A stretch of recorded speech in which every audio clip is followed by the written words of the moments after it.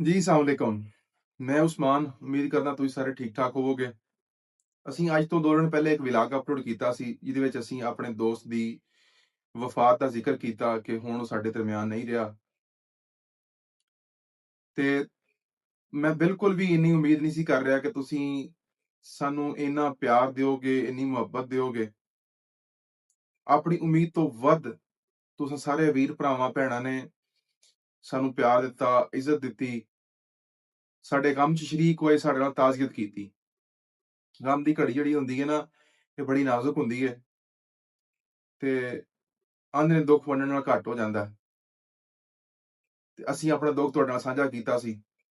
ਤੁਸੀਂ ਸਾਰਿਆਂ ਨੇ ਟਾਈਮ ਕੱਢ ਕੇ ਸਾਡਾ ਵਲੌਗ ਦੇਖਿਆ, ਠੀਕ ਹੈ, ਸਾਨੂੰ ਇੰਨੀ ਰਿਸਪੈਕਟ ਦਿੱਤੀ ਔਰ ਸਾਡੇ ਗਮ ਦੇ ਬਰਾਬਰ ਦੇ ਸ਼ਰੀਕ ਹੋਏ, ਸਾਡੇ ਗਮ ਨੂੰ ਤੁਸੀਂ ਆਪਣਾ ਗਮ ਸਮਝਿਆ। ਖਾਕਸਾਰ ਤਹਿ ਦਿਲ ਤੋਂ ਆਪਣੀ ਟੀਮ ਵੱਲੋਂ ਤੁਹਾਡਾ ਬੇਹੱਦ ਮਸ਼ਕੂਰ ਹੈ ਸਾਰੇ ਵੀਰ ਭਾਈਆਂ ਦਾ, ਸਾਡੀਆਂ ਭੈਣਾਂ ਦਾ, ਜਿਹੜੇ ਸਾਡੇ ਕੰਮ 'ਚ ਸ਼ਰੀਕ ਹੋਏ ਨੇ, ਜਿਨ੍ਹਾਂ ਸਾਡੇ ਨਾਲ ਤਾਜ਼ੀਅਤ ਕੀਤੀ ਹੈ। ਅੱਲਾਹ ਪਾਕ ਸਭ ਨੂੰ ਸਿਹਤ ਔਰ ਤੰਦਰੁਸਤੀ ਵਾਲੀ ਲੰਬੀ ਜ਼ਿੰਦਗੀ ਅਤਾ ਫਰਮਾਏ ਔਰ ਸਾਡੇ ਦੋਸਤ ਦੀ ਮਗਫਰਤ ਫਰਮਾਏ। ਆਮੀਨ। ਦੇਖੋ, ਚਲੇ ਸਭ ਨੇ ਜਾਣਾ ਦੁਨੀਆ ਤੋਂ, ਕਿਸੇ ਵੀ ਬੈਰ ਨਹੀਂ ਰਹਿਣਾ ਹੁੰਦਾ। ਅਸੀਂ ਇੱਕ ਦਰਖਾਸਤ ਖਾਕਸਾ ਨੇ ਤੁਹਾਨੂੰ ਕੀਤੀ ਸੀ ਕਿ ਤੁਸੀਂ ਸਿਰਫ ਕਮੈਂਟਾਂ 'ਚ ਆਮੀਨ ਲਿਖ ਕੇ ਜਾਇਆ ਜੇ ਤੇ ਤੁਸੀਂ ਭਰਪੂਰ ਸਾਥ ਦਿੱਤਾ। ਦੇਖੋ, ਪਤਾ ਨਹੀਂ ਹੁੰਦਾ ਖੁਦਾ ਤਾਲਾ ਕਿਹਦੀ ਦੁਆ ਕਬੂਲ ਕਰ ਲੈ। ਇਸ ਵਾਸਤੇ ਇਸੇ ਗੁਜ਼ਾਰਿਸ਼ ਕੀਤੀ ਸੀ, ਤੁਸੀਂ ਉਸ ਗੁਜ਼ਾਰਿਸ਼ ਤੇ ਸਾਨੂੰ ਸਾਡਾ ਮਾਣ ਰੱਖਿਆ।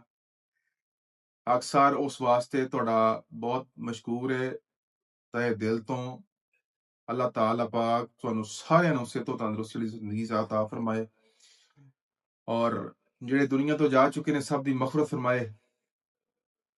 ਆਮੀਨ। ਬਹੁਤ ਸ਼ੁਕਰੀਆ। ਇਨਸ਼ਾਅੱਲਾ ਮਿਲਾਂਗੇ ਅਗਲੇ ਵਲੌਗ ਵਿੱਚ। ਤਬ ਤੱਕ ਇਜਾਜ਼ਤ ਦਿਓ। ਅੱਲਾਹ ਹਾਫਿਜ਼।